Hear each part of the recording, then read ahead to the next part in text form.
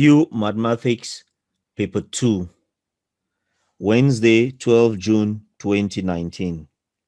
Answer all questions and ensure that your answers to parts of questions are clearly labeled. You should show sufficient working to make your methods clear. Answers without working may not gain full credit. Given that 2 to the power x times 4 to the power y is equals to 1 over 2 root 2, express y as a function of x. To express y as a function of x, we can write all of them to the base 2. So 2 to the x stays as 2 to the x. 4 is the same as 2 squared, which is, so this would be 2 to the power 2y.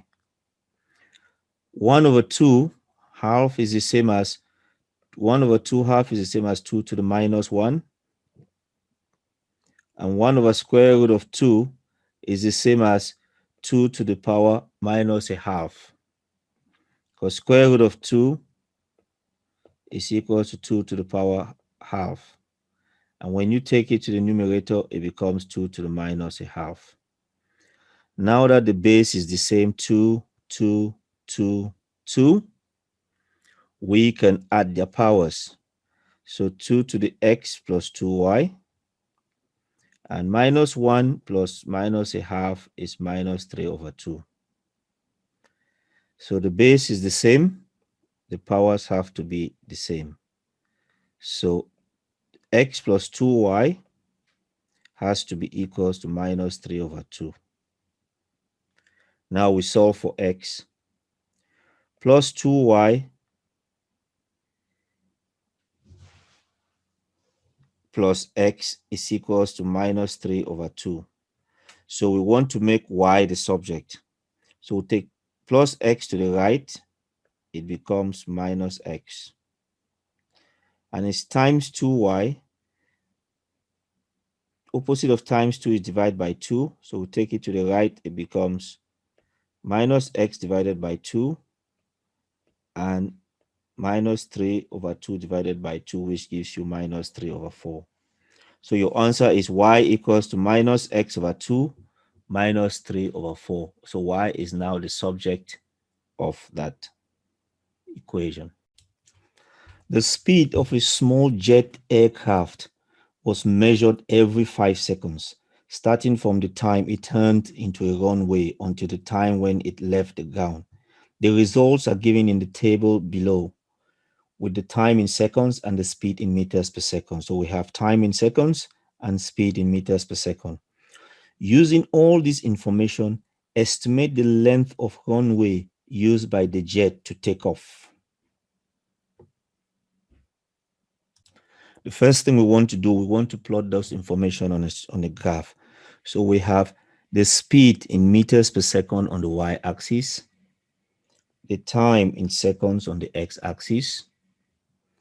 So it goes from 5 meters per second up to 45 meters per second.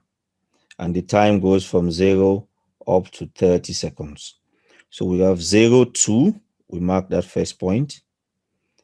5, 5, we mark that point. 10, 10, we mark that point. 15, and we mark that point. With the one with 20, we mark all the points and join it with a curve. Now, we want to estimate the area under. So you imagine this area under that shape there. We want to find the area I have shaded. So we can approximate it to be a trapezium. So this little corner there is this one here. This long side is this one, which is 42. So this is 2. This long one there is 42. And we know this one is 25. So we can use the formula for a trapezium. And the top of hand, on the top on the right hand side, we've got the formula for a trapezium. Area is half A plus B, half A plus B times the height in between them. So that's what we're going to use to estimate the area. And that area will represent the distance. So the area under the speed time graph represents the distance.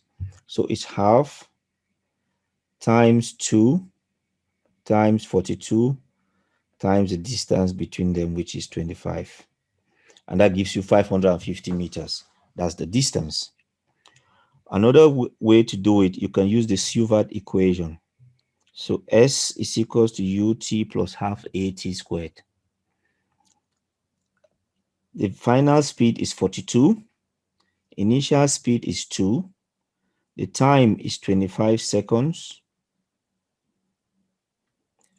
And the acceleration, we get the acceleration using V equals to U plus AT.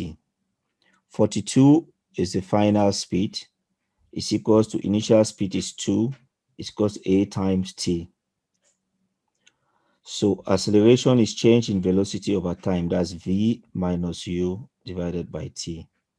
And that gives you 1.6 meters per second squared, which is A. Now you substitute those in. So your U is 2. So 2 goes there. T is 25 plus half. A is 1.6 times T squared. And that gives you 550 meters as well. Question 2b. Given that the jet accelerated smoothly in these 25 seconds, explain whether your answer to part A is an underestimate or overestimate of the length of the runway used by the jet to take off. If you look at this diagram, we had to find the area of a trapezium, which is this area. So we had to find more. This yellow one is the excess. So we had to find an extra. The yellow one is the extra. So it is an overestimate because when we draw the trapezium, we didn't draw it underneath. We had the line over. So we had this yellow as the excess, which we had to calculate. There's the yellow there. So that means we had an overestimate. So we would say it's an overestimate because top of the trapezia lie above the curve. So that's the curve and the top of the trapezia lie above it. Or the area of the trapezia is greater than the area under the curve. So you can have any diagram which gives reference to the extra area, which I showed you in yellow.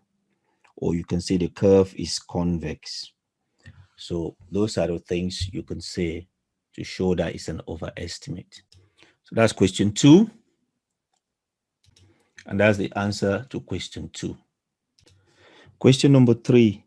Figure 1 shows a sector AOB of a circle with center O and radius 5 centimeters and angle AOB is 40 degrees. The attempt of a student to find the area of the sector is shown below. Explain the error made by this student and write out the correct solution. The student should have worked in radians. The student is using degrees, 40 degrees, but they should have used radians. Or you can say the student did not convert degrees to radians. Or 40 should be in radians. Or the angle should be in radians. That's a different way to say the same thing. Now you can use the formula. The angle should be, the formula is angle over 360 times pi radius squared. That's the formula you should use for finding the answer. So the student should have used radians. And this is the correct solution for 3b. Angle divided by 360 times pi r squared. That gives you area of the sector. The angle is 40 divided by 360 times radius is 5 squared times pi. That gives you 25 over 9 pi centimeters squared, which would give you 8.73 centimeters squared. That's question 3 and the answer to question 3a and the answer to question 3b. Question 4. The curve C1 with parametric equation x equals to 10 cos t, y equals to 4 root 2 sine t. Meet the circle C2 with equation x squared plus y squared equals to 66. Given that one of these points S lies in the fourth quadrant, find the Cartesian coordinate of S. So for question 4, we have C1, the first circle is given in parametric, and then the second circle is given in Cartesian. So now we want to solve it. We substitute, replace x squared with 10 cos t, replace y squared with 4 root 2 sine t. So 10 cos t all squared, it becomes 100 cos squared t. 4 root 2 sine t squared, it becomes 32 sine squared t is equal to 66. We replace cos squared t with 1 minus sine squared t. So, and then after that, we remove bracket. 100 times 1, it gives you 100. 100 times sine squared t is minus 100 sine squared t plus 32 sine squared t is equals to 66. We would add minus 100 sine squared t plus 32 sine squared t. And we would take 100 to plus 100 to the right hand side. It becomes minus 100. So we have minus 100 plus 32. It gives you minus 68 sine squared t equals to 66 minus 100. And then, so sine squared t now would be minus 34 over minus 68. Sine squared t would be a half. So sine t would be square root of a half. Square root of a half is plus root 2 over 2 or minus root 2 over 2. But we know that cos squared t is equals to 1 minus sine squared t. But sine squared t is a half. So we have 1 minus a half. It gives you a half. So cos squared t is equals to a half. And cos t is square root of a half, which is plus root 2 over 2 or minus root 2 over 2. So what we want to do now is we have x equals to 10 cos t. We want to replace cos t. So 10 times root 2 over 2, which gives you 5 root 2. Y is equals to 4 root 2 sine t. We want to replace sine t, which we would replace it with root 2 over 2, and that will give us 4. We do it again with the next pair of coordinate. X equals to 10 cos t. We replace cos t. It gives you 5 root 2. And we replace sine t minus root 2 over 2. It gives you minus 4. So because x is positive, because x is positive and y is negative, so it is inside this quadrant, the fourth quadrant, because you go positive for x and negative for y. So you go positive for x, negative for y. So it's in the fourth quadrant. So which one will be in the fourth quadrant? The 5 root 2 is the positive going that way, and the minus 4 coming down. So that's 5 root 2 and the minus 4. So that means x is 5 root 2, which is 7.07, and y is minus 4. So that's question 4. The first part of question 4 and the final part of question 4. Question number 5. Figure 3 shows a sketch of the curve with equation y equals the square root of x. The point PXY lies on the curve. The rectangle shown shaded in figure 3 has height y and width delta x. Calculate the limit at square root of x delta x. So it is very important to know what this sign means. That sign means sum. It means you add all from 4 up to 9. So you start at 4 and you end at 9. So it means sum. Now, but because we are summing very small changes, delta x means very small changes. And when these changes are very small, what you're doing is integrating.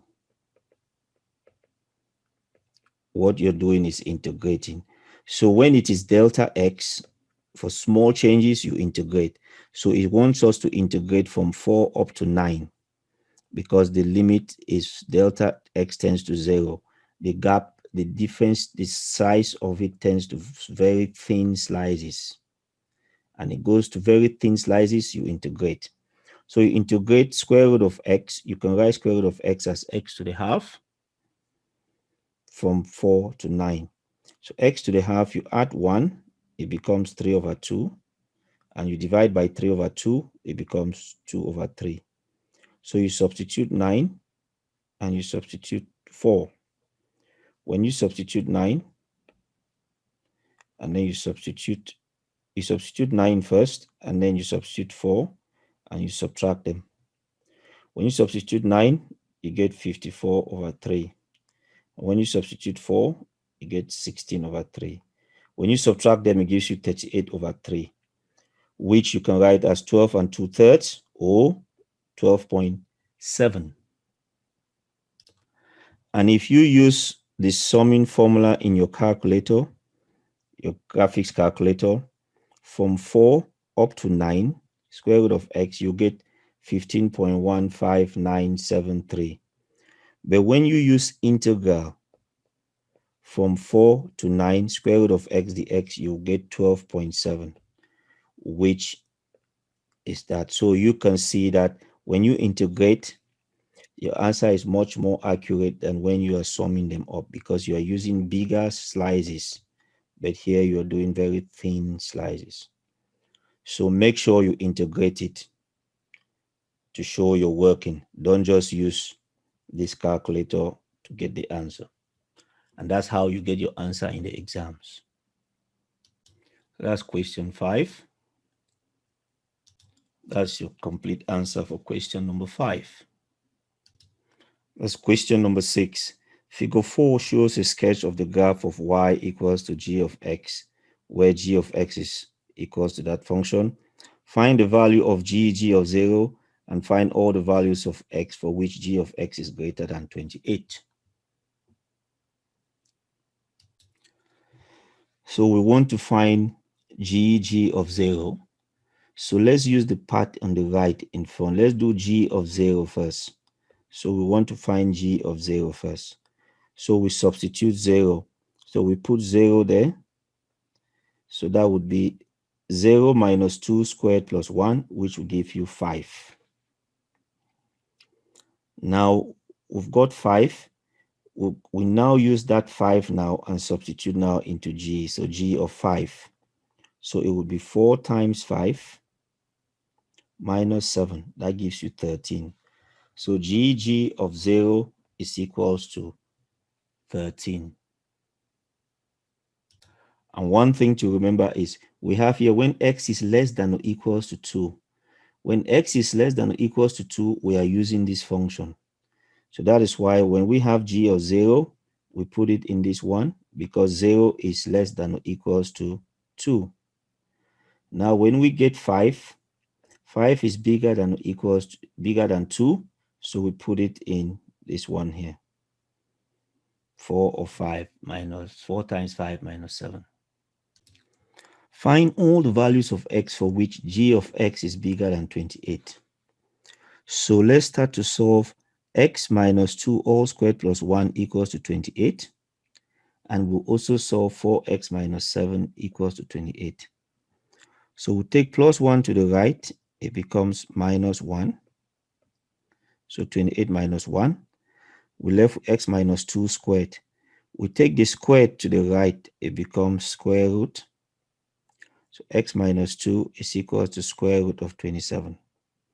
And we take the minus 2 to the right. It becomes plus 2. So x is 2 plus or minus square root of 27. And you put that in your calculator, it will be x equals to 2 plus or minus 3 root 3. Okay, let's go and solve 4x minus 7 equals to 28. Minus 7 goes to the right. It becomes plus 7. So 4x equals to 35. You divide by 4. 35 divided by 4. So that's what x is.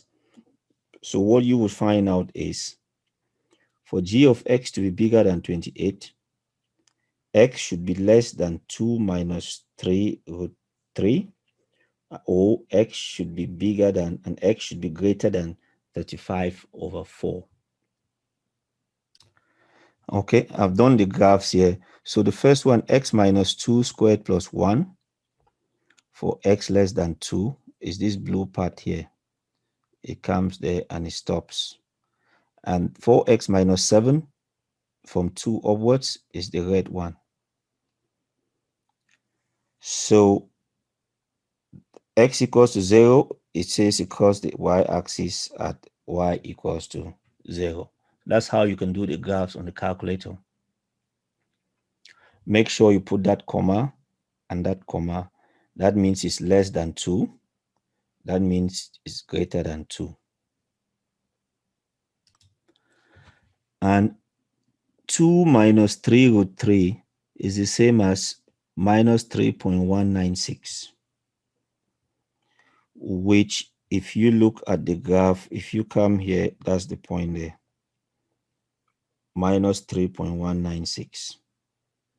So this one,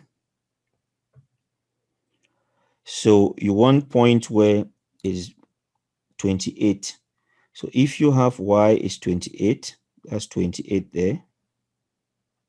So y is 28. You want it to be bigger than 28. So you want the part which is below this side. That's why you have x is less than minus 2 minus 3 root 3. And so that's why when we put y equals to 28, it gives us that line. And y equals to 28 is that line. That line is y equals to 28. Now, 35 over 4. 35 over 4 is 8.75, which is that 8.75 there. So it is this point here. So you want the side, this side, because when it is x is bigger than 8.75, you get that value is bigger than 28, because that point there is 28. So you want this side.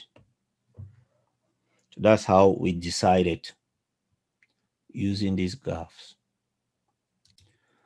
The function h is defined by h of x is x minus 2 squared plus 1 for x less than or equals to 2. Explain why h has an inverse but g does not. This is g of x and this is h of x. H is a one-to-one function or mapping, so it has an inverse. You just need to remember that one-to-one functions have an inverse. So you can go from 1 to the next, 1 to the next, 1 to the next, and you can go that way and come back. You can go forward and come back, forward and come back. But G is many to one. Many to one is like you have 1, 2, 3, all of them go just to 1. So that's many to 1. So it does not have an inverse. So G of x is a many to 1, so it does not have an inverse. H of x is a 1-to-1, and it has an inverse. So remember the difference. 1-to-1 is like that, 1-to-1. And you can come back the other way. Many to 1, like you can have 1, 2, 3, 4, 5, and there's 3 of them. That goes to 1. That's 1, 2, 3 goes to 1. So that's many to 1. And you cannot come back. You don't know where to come back to. So that's many to 1. Part D. Solve the equation h inverse of x equals to minus a half. 1 way you can do it, you can multiply. this by h and multiply this by h. So it's like multiply by h on this side and multiply by h on that side. So h times h inverse would cancel to 0. You null each other, you'll be left with x. And then h bracket minus a half. H of minus a half means you substitute minus a half for h. So this is h of x.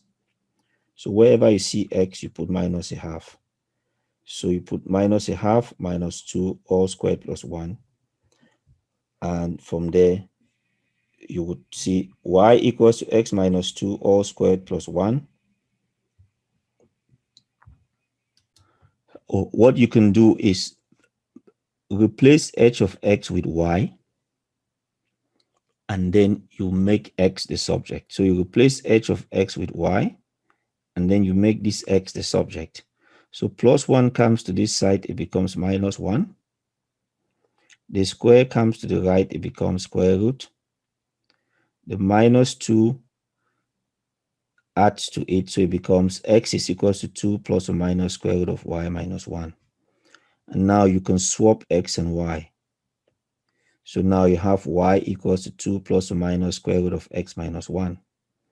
And since y now is your h inverse of x, so that's your h inverse of x. Now you can substitute minus a half in there. So you have got 2 plus or minus square root of x minus 1 is equals to minus a half. Not substitute in there. Is equals to minus a half. So the 2 goes to the right. It becomes minus 2. So minus a half minus 2. And x minus 1, square root of x minus 1, minus a half minus 2 is minus 5 over 2. The square root goes to the right, it becomes squared. X minus 1 is equals to minus 5 over 2 squared. Minus 1 goes to the right, it becomes plus 1. So x is 29 over 4, which is 7.25. That's how you can find the inverse of h first, and then equate it to half and solve it. So what we did was we find h inverse and then make it equals to a half, equals to minus a half, and then we solve for x. So that's what we did. And if you notice, your answer of 7.25 there is the same like this 7.25 there. So this answer of 7.25 is the same like this answer of 7.25. It's the same. So this way is quicker. This way is longer.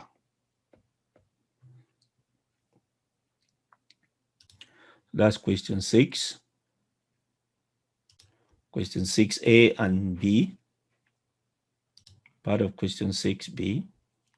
The graphs of question 6B from the graphics calculator, which is used to determine which part of it is bigger than 28. Question 6C and question 6D. Question number 7. A small factory makes bars of soap. On any day, the total cost of the factory to the factory Y pound of making X bars of soap is modeled to be the sum of two separate elements, a fixed cost and the cost that is proportional to the number of bars of soap that are made that day. Write down the general equation linking Y and X for this model. So let's Y pound is the total cost of making X bars of soap. Bars of soap are sold for £2 each. So using equation of a straight line, y equals to mx plus c. Y is the total cost, m times the number of bars of soap plus a fixed cost. So in equation linking y and x, we can write y is equals to kx plus c, where k and c are constants. The bars of soap are sold for £2 each. On a day when 800 bars of soap are made and sold, the factory makes a profit of £500. On a day when 300 bars of soap are made and sold, the factory makes a loss of £80. Using the above information, show that y equals to 0.84x plus 428. So what we want to find is the total cost to produce is equals to the number of bars produced times the cost for 1 bar minus the profit. So we can say y equals to x, the number of bars, times £2 per bar minus the profit. So when x is 800, so we substitute 800 in there. So y is 2 times 800 minus the profit, which is 500. That profit there is 500. And we're making 800. So that will give you, when x is 800, you get 1,100. And then when x is 300, we will substitute 300 bars of soap, and it makes a loss of 80. So we add it. Remember, it's a plus now, not a minus. It's a plus because that was a loss. So that gives us 680. When x is 300, y is 680.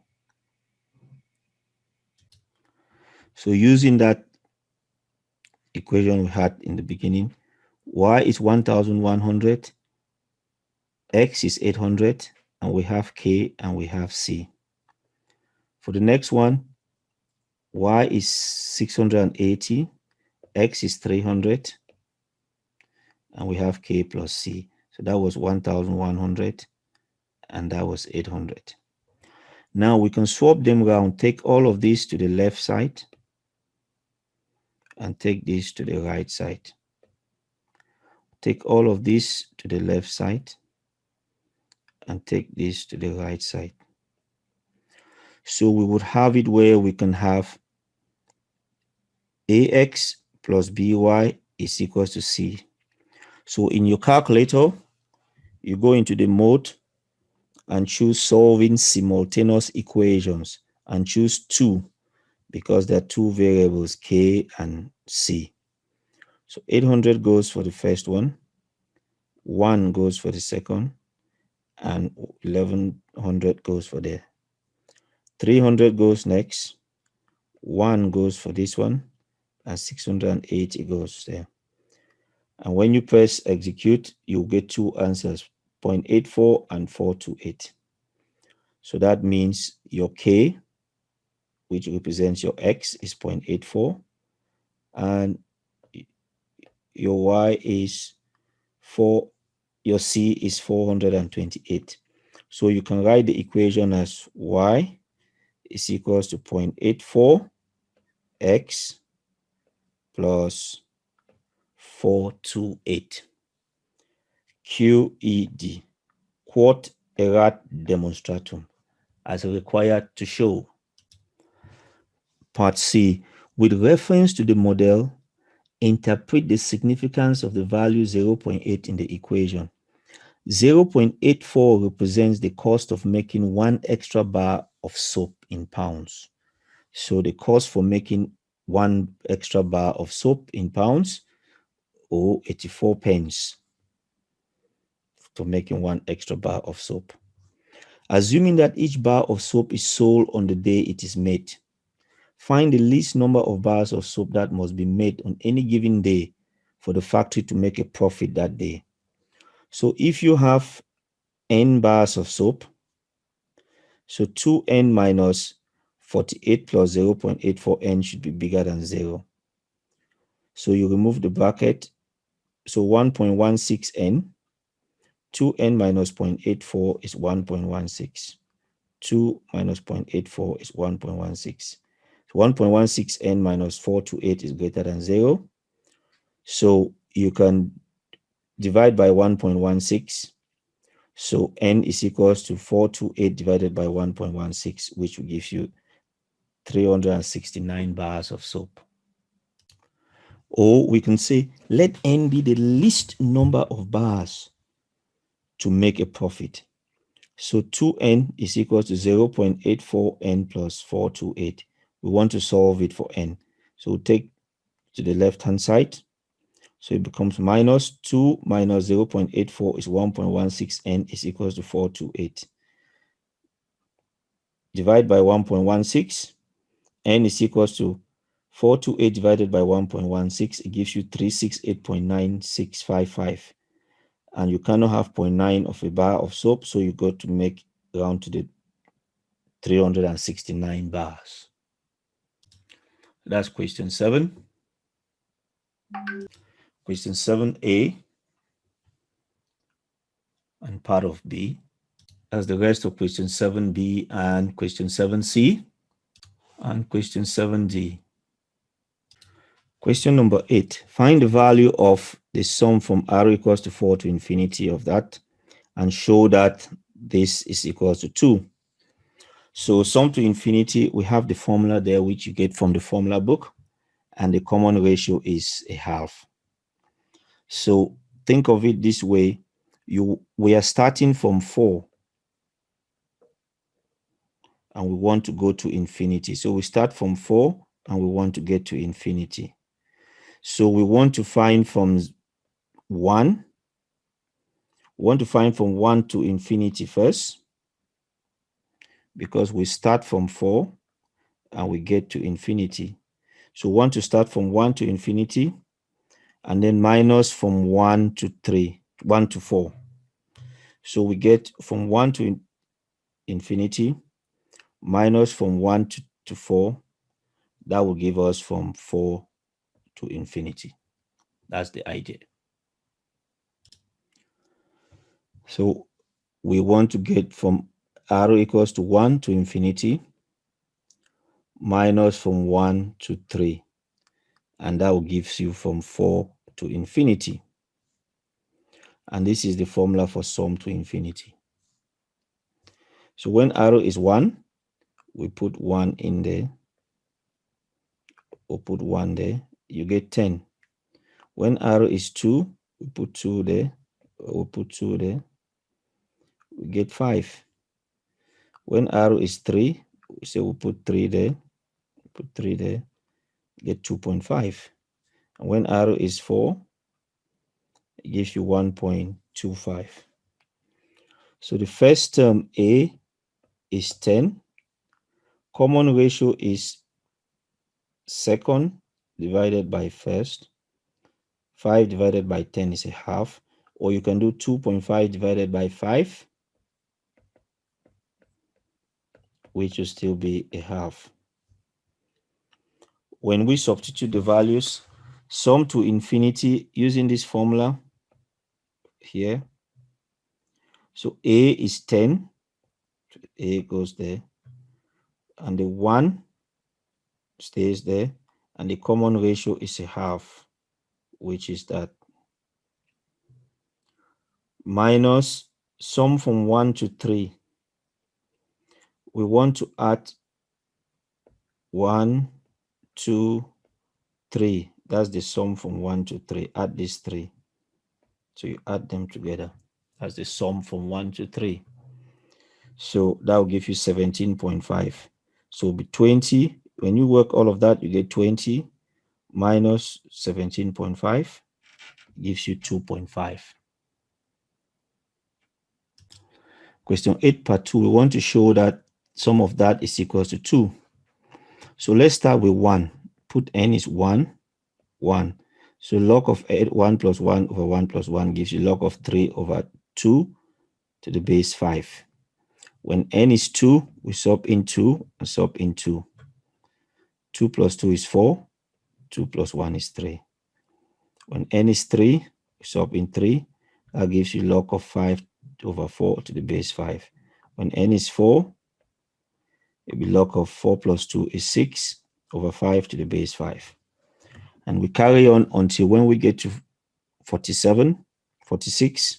So n is 46. We put 46 plus 2 over 46 plus 1. It gives you 48 over 47.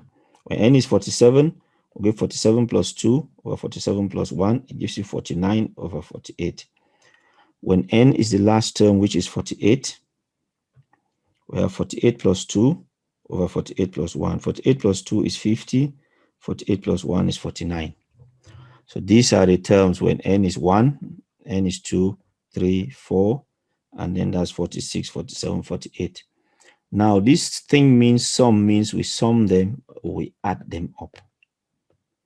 So it means we add all of this, all of them up. So when we write to add them up, it will be log of 3 over 2 to the base 5 plus log of 4 over 3 to the base 5 plus log of 5 over 4 to the base 5. It carries on until we get to log of 49 over 48 to the base 5 plus the last one, log of 50 over 49 to the base 5. Now we see there's a log there, log in front of all of them. So we can take that log to the base 5 out of the bracket, because when you add logs, you multiply them. So we'll multiply 3 over 2 times 4 over 3 times 5 over 4 times so on, and times 49 over 48 and times 50 over 49. But if what you want to watch now is look at these numbers carefully. There's a 3 there and there's a 3 there. These 3 will cancel. The reason why I cross it out in yellow, it means they will cancel each other. There's a 4 there and the 4 there, that will cancel each other. And that means this 5 will cancel with the 5 down here somewhere. This 49 will cancel with this 49. This 48 will cancel with the 48 there somewhere. So what you're left with is 2 and 50. So you're left with this 2 and you're left with this 50. The others would cancel each other out. 50 divided by 2 is 25. So you can write it as log of 25 to the base 5. 25 is the same as 5 squared. So you write 5 squared, and the 2 power to the front, the 2 can come in front. So it becomes 2 log 5 to the base 5. Log of 5 to the base 5 is 1. So your answer is 2, which is what they wanted you to show. Quod erat demonstratum, as required to show. So that's question number 8. Question 8, part 1. Question 8, part 2. And the final part of question 8, part 2.